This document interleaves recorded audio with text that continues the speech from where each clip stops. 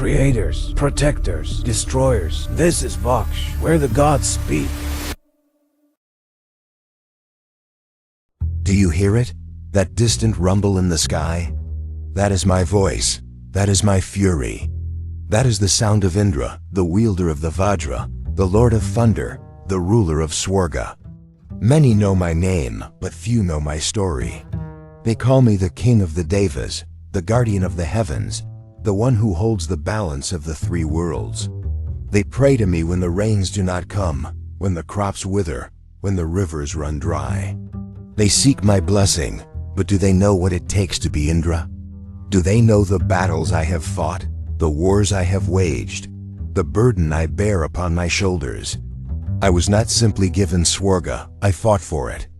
Again and again, I have stood at the gates of heaven, defending it from those who would see it fall. The asuras, the demons, have never ceased their hunger for power, their thirst to take what is not theirs. And I have never ceased to remind them why they cannot have it. My power is the power of the storm. The clouds gather at my command, the winds howl at my will, and when I raise my Vajra, my thunderbolt, the very heavens tremble. But my power is not just in my weapon, it is in my duty. It is in my unyielding resolve, for I am Indra, and I do not falter. I do not kneel, I do not surrender. But power alone does not make a king. A king must protect, must lead, must bear the weight of his people's trust. And I have ruled Swarga not just with might, but with wisdom. I have seen eras rise and fall. I have watched civilizations crumble and be reborn. I have fought battles that mortals cannot even comprehend. And yet, no battle is ever truly over, for the asuras are relentless. They wait in the shadows, gathering their strength, plotting their return. They do not rest, and neither do I.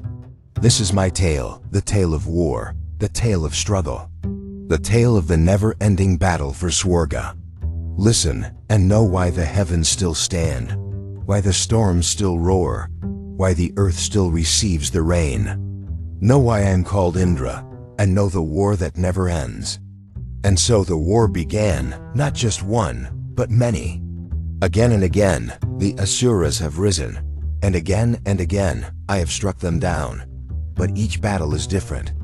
Each war carries its own test, its own weight, its own cost. You have heard of my victories, but do you know the struggles? Do you know the moments when even Indra, king of the Devas, felt the heavens tremble beneath his feet? Let me take you to the battlefield. Let me take you to the moment when Swarga itself stood at the edge of ruin. There was a time when the Devas and Asuras were not so different. We both came from the same creator, we both sought power, and we both believed we were destined to rule. But there is one thing that separates us, Dharma. The Devas uphold the balance of the universe. The Asuras seek only to break it. Their hunger is endless, their greed insatiable. They do not understand restraint, nor do they accept their place in the grand order of things. And so, they challenge it. They challenge me. The greatest of these battles did not begin with swords clashing or war cries shaking the skies. No, it began with a whisper, a scheme, a betrayal. It began when the Asura king, Vritra, rose from the depths of the cosmic ocean, claiming what was never his to claim. Vritra was no ordinary foe. He was born of darkness itself, forged from the very essence of drought and famine. He did not wield weapons, nor did he march with an army. No, his weapon was hunger, his army was thirst. With a mere thought, he sealed the waters of the world, locking the rivers, the rains, the very life of the earth away in his grasp. The heavens withered, the earth cracked. The mortals cried out, but the skies remained silent. For the first time, the storm had been caged. And I was powerless. I, Indra, the Lord of Rain, could not summon a single drop. My Vajra, the great thunderbolt, lay heavy in my hands, useless against an enemy who did not fight with steel, but with absence. I was mocked. I was scorned. The sages whispered among themselves, was Indra truly fit to be king, if even the skies no longer obeyed him? The Devas turned their eyes to me, waiting for a sign, for a command, for salvation. And in that moment, I knew I could not afford to fail. So I did what only a king can do. I did what only Indra could do. I did not cower. I did not kneel. I rose. And I marched into the darkness to face Vritra himself. What happened next was not just a battle. It was a war of the very elements. A war that shook the heavens and the earth alike. I will take you to that moment. I will show you what it means to fight when all hope is lost. Listen, and know the war that defined Indra. And so I went forth, alone, to meet Vritra. I did not take an army, for what use is an army against an enemy who cannot be struck? The strongest warriors of Swarga had no answer to his power, no blade sharp enough to cut through the hunger he cast upon the world. The rivers lay chained in his grasp, the clouds refused to form, and the land turned to dust under his dominion. As I descended from Swarga to face him, the air itself felt lifeless, thick with despair. Mortals lay collapsed in their villages, their lips cracked, their bodies frail. The once mighty rivers had been reduced to nothing but dry, hollow beds of stone. Even the trees, those silent witnesses to time, had bowed to the ruin he had brought. And there he stood, Vritra, massive, dark as the void itself, his form coiling like a serpent over the mountains. His eyes burned with cold hunger, and his voice rumbled like an empty abyss. "Indra," he said, his lips curling into something that was neither a smile nor a snarl, "you are late." I tightened my grip on the Vajra, my fingers steady. "I come when I am needed, Asura, and I am needed now." Vritra let out a deep, hollow laugh. "You think your lightning can touch me? You think your storms can break me? I do not fear you, storm god. You are nothing without your rains, and I have taken them from you." He was right. The sky above us was empty. No clouds, no winds, only stillness. My power, my very existence, had always been tied to the storm, and now the storm had been stolen from me. But I am Indra, and Indra does not yield. You have caged the rain, Vritra, but you have not caged me. And with that I struck. The heavens themselves seemed to gasp as my Vajra met his darkness. The ground split open beneath us, the mountains trembled, the very air shuddered. He roared, not in pain, but in defiance, his massive form twisting like a serpent through the sky. His strength was unlike anything I had faced before. He did not attack with weapons, he attacked with absence. With every movement, he drained the world further, pulling what little life remained into void that he was. My blows struck true, but they did not destroy him. His body was like the night itself, vast, shapeless, impossible to grasp. For the first time in my life I realized I could not defeat him with power alone. I needed something greater. I needed wisdom. And so, I did what no warrior is ever taught to do.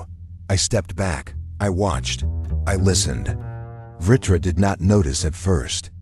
He came at me again and again, his hunger growing, his form expanding, his darkness spreading. But in his arrogance, he had forgotten one thing, his own nature.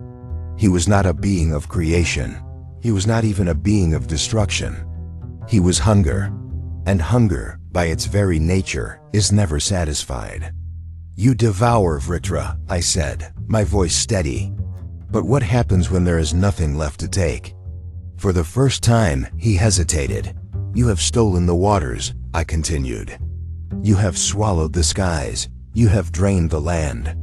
But what will you take when even the darkness is gone? What will you become when you have devoured everything, including yourself?" A flicker of something crossed his hollow eyes. Doubt, uncertainty, and that was all I needed. I raised the Vajra once more, but this time I did not strike at him. I struck at the sky. A deafening crack of lightning split the heavens. And in that single blinding moment, the clouds, those stolen, hidden clouds, remembered who they belonged to. The first drop of rain fell. Vritra's eyes widened. The hunger that had fueled him, that had given him power beyond imagining, turned against him.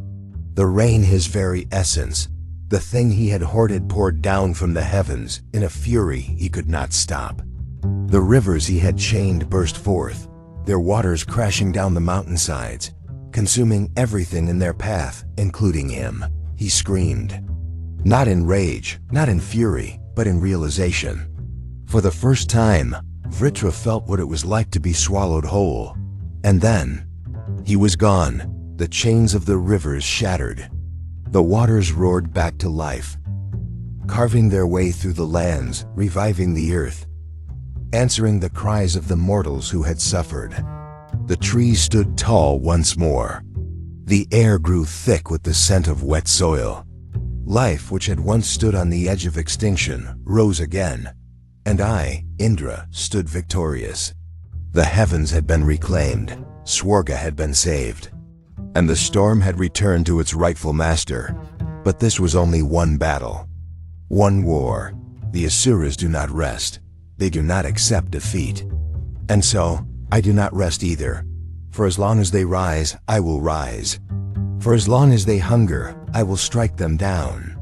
For I am Indra, and as long as the storm roars, I will never fall. But the war did not end with Vritra.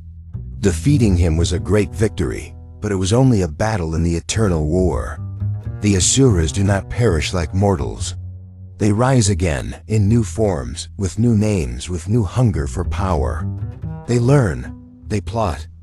They wait for the moment when the Devas grow weary, when our guard is lowered, when we believe, even for a moment, that peace can last forever.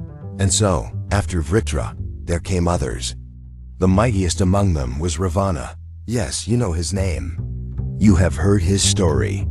The demon king of Lanka, the one who dared to challenge the very gods, the one who stole Sita and brought upon himself the wrath of Vishnu's avatar, Rama. But do you know the war before the war? Do you know how Ravana sought to conquer not just the earth, but the heavens themselves? He was unlike the other Asuras. He did not rely on brute strength alone. He was a master of penance, a scholar of the Vedas, a musician whose songs could shake the very pillars of creation. He meditated for years, offering his flesh to Agni, the fire, slicing his own heads off one by one in devotion to Brahma, until at last he was granted a boon that made him nearly invincible. No Deva, no Asura, no Rakshasa could kill him, and with that he rose. Not as a mere king of demons, but as a conqueror of the three worlds. I remember the day he arrived at the gates of Swarga. He did not sneak in like a thief, nor did he march with an army. No, Ravana walked alone. But his presence alone was a storm greater than any I had summoned. The air trembled, the sky darkened, and as he stood before my golden city, his voice boomed across the heavens. Indra! I did not need to hear more. I descended from my throne, my Vajra in hand, and stood upon the battlefield. You are bold, Ravana, but you have overstepped, I said. Swarga is not for demons, he smiled. And yet here I stand, unchallenged. The arrogance in his voice was unmistakable. But I knew better than to be provoked by words. What do you seek, Lanka's king? His many heads tilted slightly, as if amused. King? No, Indra. I have ruled Lanka long enough. Now I will rule Swarga. The heavens themselves seemed to recoil at his words. The air crackled with tension. I did not waste time. I raised my Vajra, and with a single strike, I called the storm. Thunder roared, the sky split apart, and lightning fell like divine spears upon him. And yet he stood, untouched, unshaken. His laughter cut through the storm. Is that all the king of the Devas has? For the first time in ages, I felt something stir in my chest. Not fear, not doubt, but something close to fury. The skies were mine to command. The lightning was my weapon. And this demon, this king of mortals, dared to stand beneath my storm and mock it? Then face me, Ravana, I said. If you seek Swarga, you must take it by force. And he did. The battle that followed was unlike any I had fought before. His strength was monstrous, his speed unnatural. His swords clashed against my Vajra, and each strike sent tremors through the heavens. I rained lightning upon him, but he absorbed it. He struck at me with weapons forged from the darkest magic, and I shattered them with divine fury. But no matter how many times I struck, he did not fall, because he could not be killed. And I knew, in that moment, that Swarga would not hold against him forever. I summoned my chariot, my divine steed, Airavata, the great white elephant, to carry me high above, where my power was strongest. From there I gathered every ounce of my strength, drawing upon the storm itself, calling upon the might of the cosmos. "You cannot kill me, Indra," Ravana roared. "No," I answered, "but I can end this." And with that, I unleashed a storm unlike any before, not to destroy him, but to banish him. The winds howled like 1,000 voices crying out at once. The clouds formed a vortex of divine wrath. The sky itself opened, and a force beyond words pulled Ravana away, throwing him down to the earth below, sealing Swarga from his grasp. I had won. But victory left a bitter taste, for I knew Ravana would not stop. He would not rest. He had tested the gates of heaven, and now he would turn his hunger elsewhere, to the earth. And so I watched, I waited. I saw the story unfold, the tale of a prince named Rama, the tale of a war greater than mine, the tale of a demon king who met his end not by the hands of a Deva, but by the hands of Dharma itself. But this was only one war. The Asuras would rise again, they always do. And so long as they do, so long as darkness threatens to swallow the three worlds, I will be here. For I am Indra, the storm, the fury, the protector of Swarga. And the war never ends,